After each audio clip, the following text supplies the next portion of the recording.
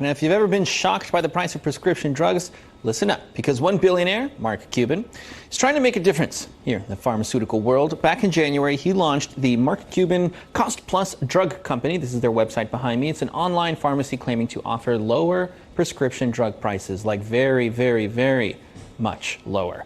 And people are starting to take notice. According to the website, people can save hundreds, even thousands of dollars on their medications by buying them through Cost Plus. And you don't have to have insurance.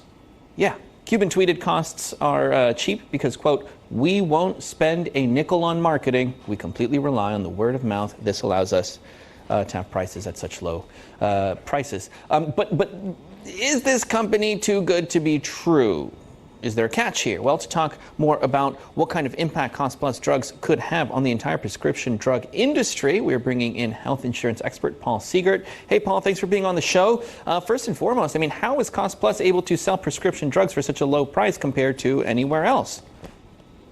Well, they've eliminated middle players. If you, as an example, and kind of skirted some of the rules that have held the industry back in terms of efficiency by not taking insurance. If you take insurance and you're a pharmacy, you don't get to determine your own fair cash price according to the contracts that you have to sign. So that traditional insurance payment model, it manipulates the cost of these drugs. So by not taking insurance, he's able to do something that in other industries, of course, has been done in many times. Go direct to the manufacturer, buy the product, put a sensible markup on it, a transaction fee, some shipping costs, and get it in the consumer's hands. Basically just make it more efficient. So by not taking insurance, he's done something that might sound rather simple, but it's pretty revolutionary.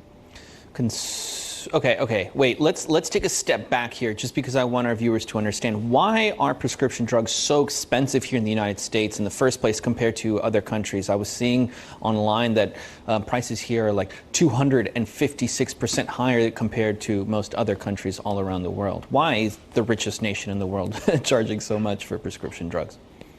It's a perfect question, and if you ask lots of times folks in the industry will say that's because we fund R&D for the world. But when you look at drugs in our country, which can be as much as 6 times or even 10 times more costly than our peer countries, the waste isn't really sitting at that manufacturer level where they do the research and development. We've got companies or industries, a whole industry of middlemen, essentially, pharmacy benefit managers that manage the formulary for your health plan.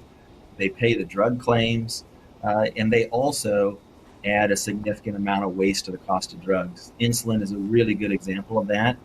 Humalog is the most commonly prescribed insulin in this country right now. Eli Lilly makes that drug. Mm-hmm. It gets wholesaled, shows up at a pharmacy.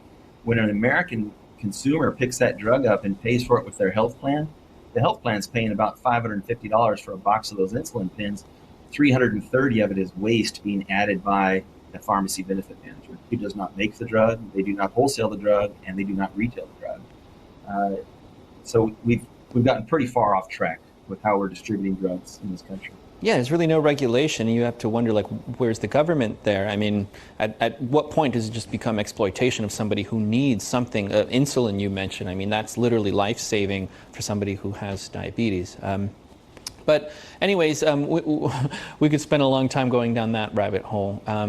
But I do want to ask you how this could possibly change the industry as a whole, this one company or just this one way of doing things.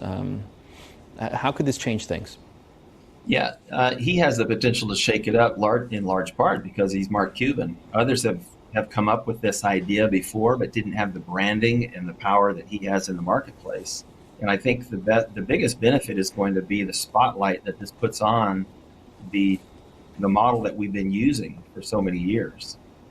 Can we get these kind of results? It wouldn't be that easy to say take Medicare and have Medicare use Mark Cuban's Cost Plus Drug Company without making some pretty significant structural changes, but we could move the needle. When you look at atorvastatin is a good example. It's a generic for Lipitor. If it gets filled at a discount pharmacy, it might be 6 cents a pill. If it gets filled at a national chain on the corner, it might be $1 a pill. A massive swing. He's addressing that, and we could throughout the system if we were to make these things more transparent. So I think he has the potential to disrupt the system significantly through transparency. How he gets that into employer plans, into Medicare and other big purchasers, there's a lot of work to be done there, but it could be done. That's the kind of disruption that I'm okay with. Mark Cuban might have taken the top spot in terms of like my favorite billionaires. Elon Musk making scary robots. Mark Zuckerberg's creating stuff that follows me everywhere I go. But I think this is cooler. I agree. He's doing something that's pretty impressive. Yeah. And there are other billionaires that have gotten into this healthcare game and found out this is a massive, really industrial complex that we have, and it's hard to disrupt. And then when you watch what they do, sometimes they end up just piling on and becoming a part of the problem. And that's not what he's doing. If you look at some others, Amazon, JP Morgan, I mean, many big players have tried to tackle this problem and have failed. And Amazon Pharmacy, as an example of another entrepreneur's foray into this area, isn't bringing disruption like this. It's more of another option in the retail model that already existed.